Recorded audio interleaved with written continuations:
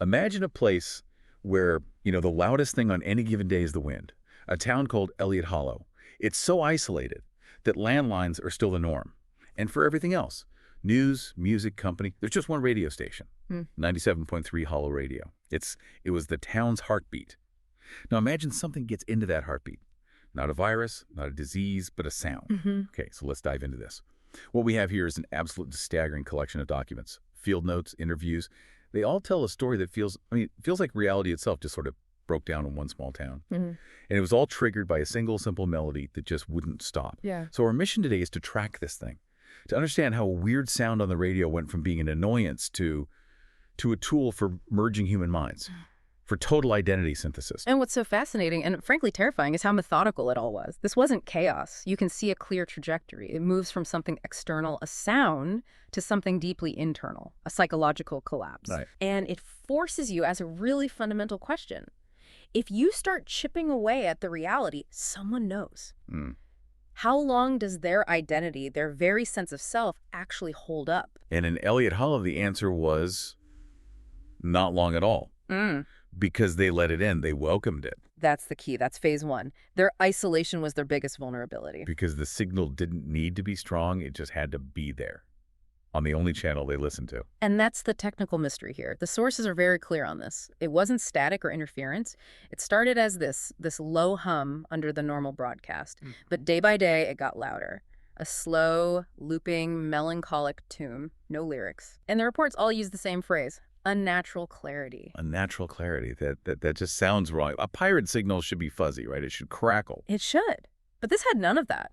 It was described as being as clean as a digital recording, but on an old analog frequency. The station manager was losing his mind. He told the reporter, "It's a parasite on the frequency. I can't cut it. I can't block it. And the FCC, they have no record of anything out here." So it's a ghost. A perfect invisible ghost in the machine. Exactly. And you'd think that would freak people out, right? You would. Yeah, you'd expect panic. But it didn't happen. The town, they turned it into a joke, a novelty. They called it the hum, or the hollow tune. Seriously? Oh, yeah. Mrs. Calloway at the local bakery, she started giving away free pastries to anyone who came in humming the tune. It became a social phenomenon. It's a Trojan horse. It's the definition of a Trojan horse. They brought it inside the walls themselves because it seemed harmless. Fun, even. They completely lowered their defenses. By making the anomaly a part of their daily lives, they basically gave it permission to enter their cognitive space. They normalized it, right? And that set the stage for the next phase, the intrusion. Right, because the joke stopped being funny when the tune got stuck in their heads. Yeah. And not just stuck, like a song you can't shake. It was doing something else. It was moving from an auditory phenomenon to a cognitive one. This is what the researchers in the documents called cross-subjective connectivity. That sounds clinical. Yeah. What did it actually look like for the people? It started in their dreams. Oh, no. The first documented case was Mrs. Calloway. She had this incredibly vivid dream about her husband, Alan, who'd been dead for years. He was just sitting in her bakery, talking to her. Okay, that sounds like, that could just be grief. It could be, except her next-door neighbor came over the next morning, looking pale. He said he'd had the strangest dream. He was standing on his porch, looking into her bakery. Don't say it. And he saw her, talking to her dead husband. He repeated their conversation, word for word. No way. He was an audience to her dream. An observer, and it got more specific. Two brothers, Mark and his brother, both dream about a childhood fishing trip. But the brother dreams he's watching Mark from the shore. He can't move, he can't speak, he's just experiencing Mark's memory. But this could still be suggestion, right? Mass hysteria in a small town. That's what you'd think. But the proof is in the details. In that fishing dream, Mark's brother saw him lose a very specific, unique lure. A tiny detail Mark had never told anyone.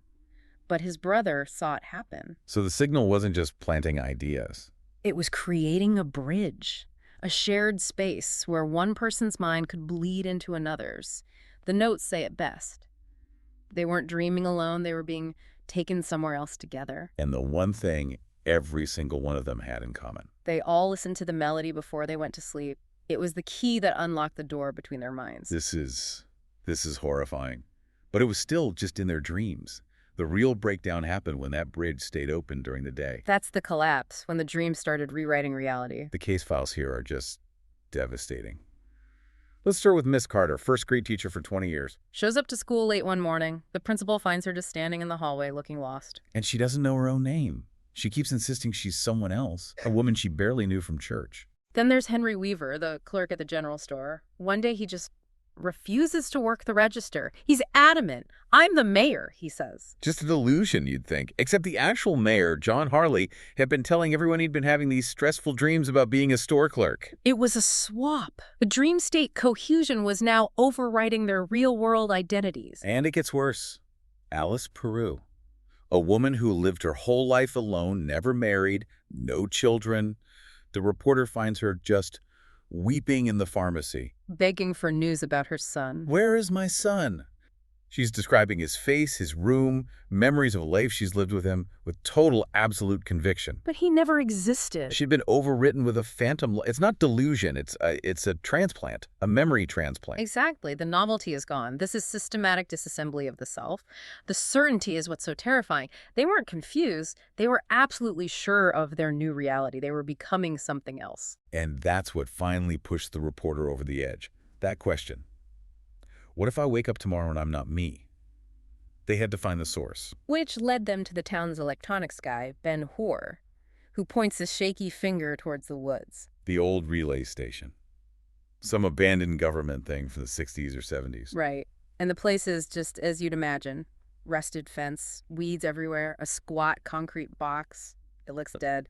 But inside, in a back room, there's a single transmitter humming away. Playing that song. And that's where they find the notebooks, the project files. And the whole story changes. This wasn't an accident. It wasn't an anomaly. It was a test. The notebooks lay it all out. Phase 1, theoretical applications for cross-subjective connectivity. And then, the end game. Eventual total synthesis of identities. The whole town, every man, woman, and child. They were test subjects. In a project that was supposed to have died decades ago, the question is who turned it back on?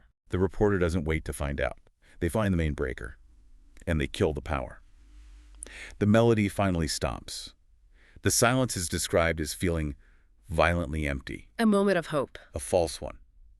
Because when they get back to town, the signal is gone, but the process, it's accelerated. It's self-sustaining now. Yeah. The signal was just the catalyst. People are stumbling mid-sentence because they don't know whose turn it is to speak.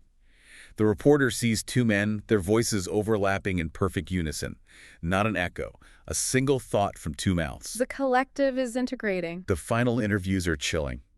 A teenage girl, Anna Holloway, can recall the entire life of the town butcher, but nothing of her own. And Trevor, the bartender. He looks the reporter dead in the eye and says with complete confidence, "I'm Mr. Calloway." Mr. Calloway, who died 5 years ago. His mind, his memories were just available storage. So the reporter goes back to the relay station one last time, desperate. And that's when they find the hatch. Leading down to an underground terminal. Still glowing. A text prompt is on the screen. The reporter types, "Who are you?" And the answer comes back. We were the first. The original researchers. They tested it on themselves. The next question. What is the goal? One word appears on the screen. Ascension. Which, according to their philosophy, wasn't spiritual. It was efficiency. The end of individual conflict by creating one. Unified consciousness. They saw it as the next step in evolution. And when asked why they chose Elliott Hollow, the logic is just bone-chilling. The process must be gradual. Humanity fears the unknown, but introduced in phases, they welcome it. They didn't force them, they groomed them. Until the terminal starts listing the names as they're absorbed. I was Emily Holloway. I was Sheriff Anders. The reporter smashes the terminal, but a final message flashes. It's too late. And it is. Elliott Hollow is gone. It's something else now. So the reporter just flees, drives all night, just trying to put distance between them and that place. But the real horror, the thing you need to understand, is that the transmission was only the beginning. The process itself is what spreads now. They cross the state line, pull into a roadside diner, trying to feel normal again. And from a dusty old radio on the counter, they hear it, faintly. That same lyricless melody. And they look over, and the voices of the waitress and some customer, they overlap for just a second. 3 words, spoken in perfect, horrifying unison. So if ascension is the goal, and it no longer needs a transmitter, if it just spreads through contact, how close are you to hearing that tune? What quiet background noises are you letting into your own head, assuming they're harmless? Just think about that.